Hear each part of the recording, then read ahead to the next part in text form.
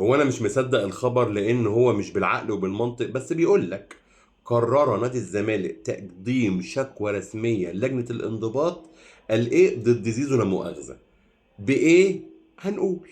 وزي الصحفي الزملكاوي محمد خالد ما موضح بتنص الماده 6 ان اللعيب في لجنه الانضباط والاخلاق الصادره زي ما انتم شايفين عقوبات من يتعرض بالاساءه الى الاتحاد او المجلس او اللجنه او وطبعا او عناصر اللعبه. وهنا عناصر اللعبه اللي هو شايفها الاستاذ نائب رئيس نادي الزمالك. على فكره اللي اتعاقب في الموقف ده كله هو نائب رئيس نادي الزمالك اللي اعترف بلسانه ان هو ما كانش عايز يسلم على زيزو ورجع لورا لا مؤاخذه. فلو عايز تعاقب عاقب اللي رجع لورا، او عاقب شيكو بنزا سوري الفينه بزيره اللي ما سلمش على خمسه.